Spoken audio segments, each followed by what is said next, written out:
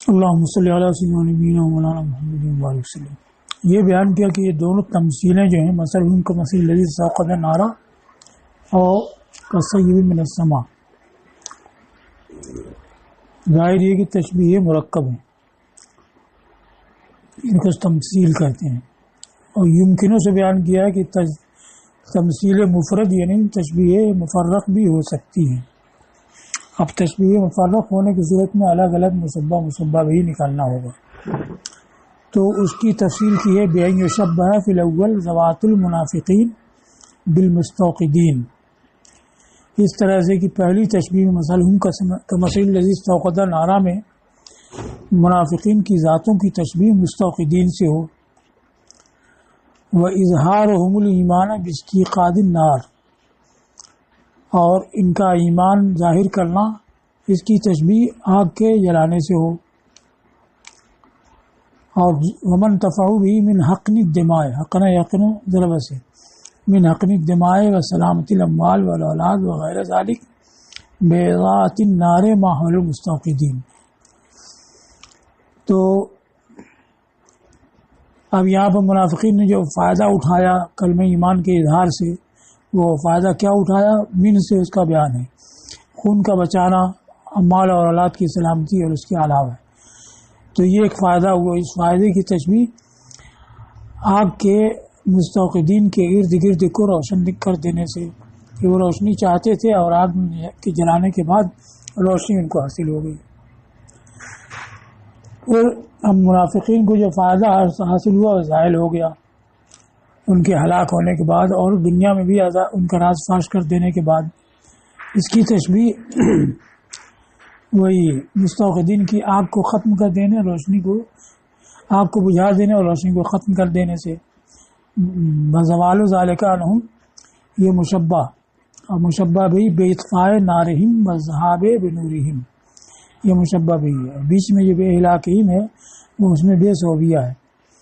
اور اس فائدے کا ان منافقین سے جلدی ختم ہو جانا، ان کے ہلاک کرنے کے سبب، اور ان کا ان کا حال فاش کرنے کے سبب، اور ان کو دائمی خسارے اور دائمی عذاب میں باقی رکھنے کے سبب، ان سب فائدوں کا ختم ہو جانا، اس کی تشبیہ ہے بے اطفاء نارہم و ذہاب بنورہم، مستوقدین کی آگ کو بجھا دینے اور ان کی روشنی کو ختم کر دینے سے. تو اس طرح سے الگ الگ مشبہ بھی نکالا جا سکتا ہے. تو اب یہ پہلی تشبیہ میں یہ بیان کیا، یعنی اس میں چار مشبہ، ایک منافقین کی ذات، مستوقدین کی ذات، منافقین کا اظہار ایمان، مستوقدین کا آگ جلانا، منافقین کا جان مال کی سلامتی کا فائدہ اٹھانا اور ان کا روشنی حاصل کرنا. اب یہ فائدہ منافقین سے ختم ہو جانا جیسے کہ مستوقدین کی روشنی کا ختم ہو جانا. اور دوسری تشبیہ کے اصحاب سیب سے، تو اس میں بھی مشبہ بھائی کو نکالا. فی الثانی انفسہم باصحاب سیب، یعنی یشبہ انفسہم باصحاب سیب. اور دوسرے میں اس طریقے سے کہ ان کے منافقین کی ذاتوں کو اصحاب سیب سے تشبیہ دی جائے، تو یہ ایک مشبہ بھی ہو گیا. اور ان کے منافقین کے ایمان کو جو کفر اور فریب سے ملا ہوا ہے، اس کی تشبیہ ہو بصیب فیہ ظلمات و رعد و برق، ایسی بارش سے جس میں کی تاریکی اور کڑک اور بجلی ہے. اور وجہ شبہ کیا ہے؟ کیونکہ کچھ خفی ہے اس کو ظاہر کیا. وہ وجہ سے اس لحاظ سے تشبیہ ہے کفر و فریب سے ملے ہوئے ایمان کی ایسی سیب سے، من حیث انہ و ان کان نافعا فی نفسہ، اس لحاظ سے کہ یہ اگرچہ فی نفسہ نفع بخش ہے، لیکن جب اس ہولناک صورت میں پایا گیا تو اس کا نفع ضرر ہو گیا. یعنی بارش تو یوں نفع بخش ہے، رحمت ہے، لیکن اس کے ساتھ تاریکی، رات، برق، صاعقے، یہ سب چیزیں ہیں، تو ان کی وجہ سے بجائے نفع بخش ہونے کے ضرر رساں ہو گئی. ویسے ایمان بذات خود یہ نفع بخش ہے، لیکن کفر و فریب کے ساتھ جب ملا ہوا ہو تو وہ ہلاکت خیز ہے. تو یہ وجہ شبہ ہوئی. اور پھر مشبہ بھی دکھایا. وَنِفَاقُهُمْ حَذَرًا عَنْ نِقَایَاتِ الْمُؤْمِنِينَ وَمَا يَتْرُقُونَ بِهِ مَنْ سِوَاهُمْ مِنَ الْكَفَرَةِ بِجَعْلِ الْأَصَابِعِ. تو نفاقهم یہ مشبہ اور جعل الاصابع فی الاذان یہ مشبہ بھی ہے. اور منافقین کا نفاق برتنا یہ مومنین کی سزاؤں سے بچنے کے لیے اور اس سے بچنے کے لیے ما یطرقون یہ نکایات پر رکھتے ہیں. طریقہ کو کھٹکھٹانا، تکلیف پہنچانا. تو مومنین کی سزاؤں سے بچنے کے لیے اور اس سے بچنے کے لیے جس سے کہ وہ ان کے علاوہ کفار کو تکلیف زخم پہنچاتے ہیں، اس سے بچنے کے لیے نفاق برتنا. اس کی تشبیہ ہے بجعل الاصابع فی الاذان، اصحاب سیب کے کانوں میں انگلیاں ڈال دینے سے، سائقوں کی وجہ سے، موت کے خوف سے. تو یہ مشبہ بھی ہو گئے الگ الگ. اب اس میں وجہ شبہ کیا ہے اس کو ظاہر کیا. من حیث انہ لا یرد من قدر اللہ تعالی شیئا ولا یخلص مما یرید بہ من المظاہر. اس لحاظ سے کہ یہ ہیلا اللہ کی تقدیر سے کچھ بھی رد نہیں کر سکتا ہے، اور جو ان کے ساتھ ضرر کا ارادہ فرمائے اس سے چھڑا نہیں سکتا ہے. یہ دونوں کو منطبق ہوا کہ منافقین نے نفاق برتا اور یہ مستوقدین یا اصحاب سیب نے یہ کانوں میں انگلیاں ڈال لیں. تو یہ ہیلا ان کا کارگر نہیں ہے، اللہ کی تقدیر کو رد نہیں کر سکتا، جو مقدر وہ رہے گا. ایسی منافقین کا نفاق.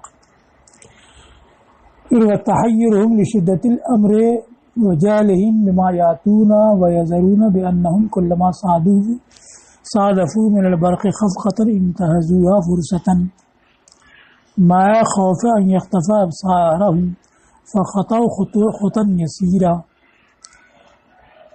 تو اب یہ الگ ان کا ہے منافقین کا حیرت زدہ رہ جانا معاملے کی شدت کی وجہ سے اور اس سے بے خبری کی وجہ سے، اس کے نہ جاننے کی وجہ سے جو وہ کریں اور جو چھوڑیں کہ کیا کریں کیا نہ کریں، تو اس سے حیرت اور پریشانی میں پڑے رہتے ہیں.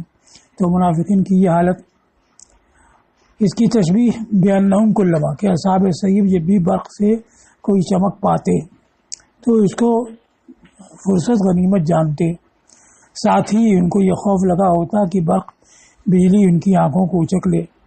فخطوا خطا یسیرا، خطوہ کی جمع ہے خطا، خطا یخطو خطوتاً. اصل میں تو مصدر ہوگا خطوہ، اور خطوہ دو قدموں کے درمیان کا فاصلہ اس کے لیے. فولتن کا وزن جو ہے مقدار کے بتانے کی وجہ سے، لقمتن تو چند ہلکے قدم چل لیں. ثم اذا خفیہ جب بلی چھپ جائے اور اس کی چمک مات پڑ جائے، بقو متقیدین لا حراک لہم تو پابند ہو کر کے رہ جائیں جن میں کچھ بھی حرکت نہیں ہے. تو یہ حالت ہوئی اصحاب سیب کی. تو اسی طریقہ سے منافقین کا بھی حال ہے کہ وہ حیرت اور پریشانی میں رہتے ہیں کہ کیا کریں کیا نہ کریں. تو اس حیرت و پریشانی کی تشبیہ ہے ان اصحاب سیب کے حال سے کہ جب ان کو کچھ چمک ملتی ہے تو چلتے ہیں اور اندھیرا ہوتا ہے تو ٹھہر جاتے ہیں. تو اس طریقہ سے دونوں تشبیہوں میں الگ الگ مشبہ بھی نکال کر کے تشبیہ مفرق بھی بنایا جا سکتا ہے.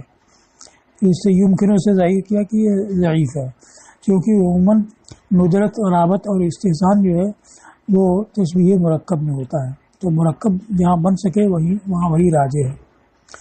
قیلہ سے بیان کیا ہے کہ الگ الگ مشبہ بھی ایسے نکالا جائے.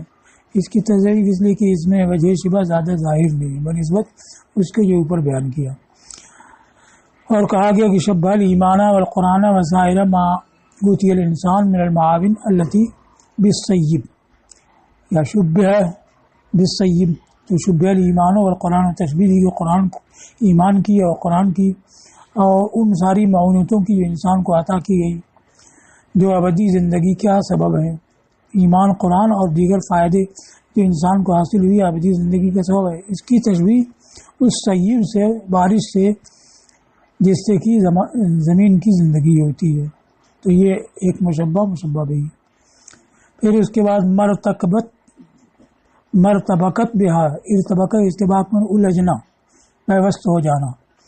بہا وہی ایمان و قرآن اور اس کے ساتھ دیگر معاونت ہیں. اس کے ساتھ جو باطل شبہات لپٹے ہوئے ہیں لیے ہوئے ہیں، واعترضت دونہا من الاعتراضات المشکلہ، اور اس کے گرد جو مشکل اعتراضات درپیش ہیں یہ مشبہ.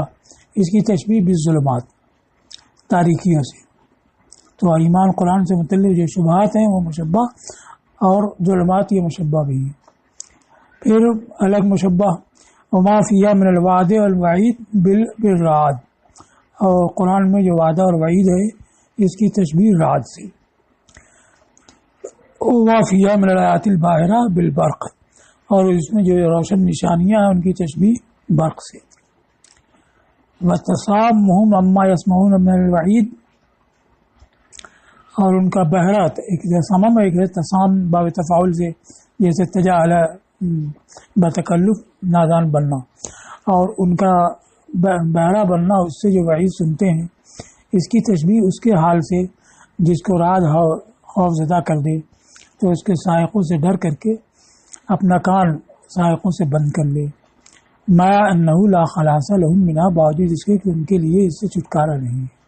اور یہی مطلب ہے باری تعالیٰ کے اس ارشاد کا واللہ محیط بالکافرین، اور کفار اللہ کے احاطے میں ہیں، یعنی وہ اس سے چھوٹ نہیں سکتے ہیں.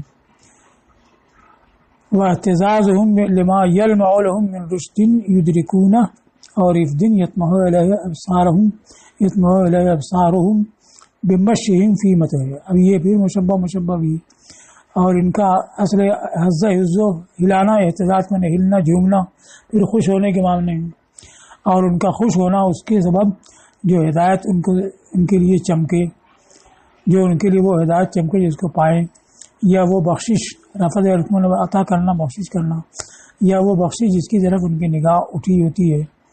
تو اس ہدایت پر جو پالیں یا بخشش پر جو ان کو حاصل ہو اس پر خوش ہونا، اس کی تشبیہ اصحاب سیب کے بمشہم فی مطرح ذوی البرق، برق کی روشنی کے پڑنے کی جگہ میں ان کے چل لینے سے، جب بھی روشنی کلما اضاء لہم، جب بھی برق ان کے لیے روشنی کرے.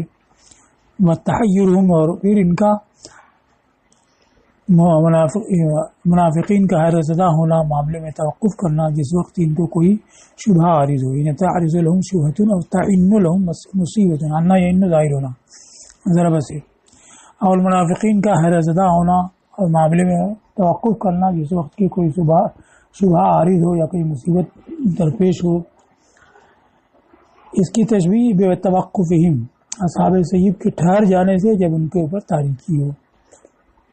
تو یہ الگ الگ مشبہ بھی یوں بھی نکالا جا سکتا ہے. پھر آخر میں کیا ہے، لو شاء اللہ لذهب بسمعهم وابصارهم ان اللہ علی کل شیء قدیر. تو اپنے ارشاد ولو شاء اللہ لذهب بسمعهم وابصارهم سے تنبیہ کی اس بات پر کہ اللہ تعالیٰ نے ان کے لیے سماعت بصارت رکھی تھی تاکہ اس کو ہدایت اور فلاح کا ذریعہ بنائیں، اس کے ذریعے ہدایت و فلاح تک پہنچیں. پھر انہوں نے سماعت بصارت کو، کان اور آنکھ کو، صرفوها علی الحظوظ العاجلہ وصدوها عن الفوائد العاجلہ، ان کو جلد ملنے والے حصوں سے میں فائدوں میں صرف کیا اور بعد میں ملنے والے فوائد سے بند کر رکھا. یعنی جو اللہ تعالیٰ نے ان کو اعضاء و قوا بخشے تھے وہ اس لیے کہ ان کو ہدایت تک پہنچنے میں استعمال کریں، تو ان کو ہدایت و فلاح کی تحصیل میں استعمال نہیں کیا بلکہ دنیاوی منافع کے چکر میں رہ گئے، اسی میں ان کو استعمال کیا. تو گویا کہ جس مقصد کے لیے ان کو ادا کیے گئے تھے وہ مقصد ان سے حاصل نہیں ہوا، وہ فوت ہو گیا. تو گویا کہ یہ بے سماعت، بے بصارت، بے کان آنکھ کے ہو گئے. تو اگر اللہ چاہتا تو ان کو اسی حالت پہ کر دیتا جس حالت پہ وہ کرتے ہیں، یعنی کان کو بے فائدہ کر دیا، آنکھ کو بے فائدہ کر دیا. تو اللہ چاہتا تو بالکل ہی ان کی بصارت سماعت کو زائل کر دیتا اور بہرا گونگا اندھا کر دیتا. فإنہ علی ما یشاء قدیر، کہ وہ ہر اس چیز پہ قادر ہے جس کو چاہے. یہاں تک ہو گیا، یہ تشبیہ کا بیان ہے. اب یہاں تک وہ ہدی للمتقین کے بعد قرآن ہدایت متقیوں کے لیے، دوسروں کے لیے کیوں نہیں؟ تو کیونکہ متقین سے مراد ہے یا تو جو موصوف بھی تقوی ہے فی الحال، یا تو وہ تقوی کا حصول چاہتے ہیں.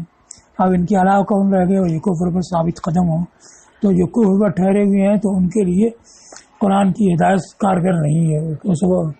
ان الذین کفروا سواء علیہم سے بیان کیا، اور انہی میں سے وہ بھی ہیں جو ایمان نہیں رکھتے اور ایمان کا دعویٰ کرتے ہیں، منافقین ہیں. اب چونکہ یہ بدترین فرقہ تھا اس لیے اس کی مذمت میں یہ سب آیات آئیں اور تمثیلیں بھی آئیں. اب اس کے بعد یہ ہے کہ قرآن کی ہدایت کیا ہے تو یہاں سے اس کا بیان ہے اس بات الوہیت میں، یا الناس اعبدوا ربکم، وہاں تک ولا تجعلوا له اندادا تک، فلا تجعلوا له اندادا وانتم تعلمون. اب اس کے بعد اس بات نبوت میں وَإِن كُنتُمْ فِي رَيْبٍ مِّمَّا نَزَّلْنَا عَلَىٰ عَبْدِنَا فَأْتُوا بِسُورَةٍ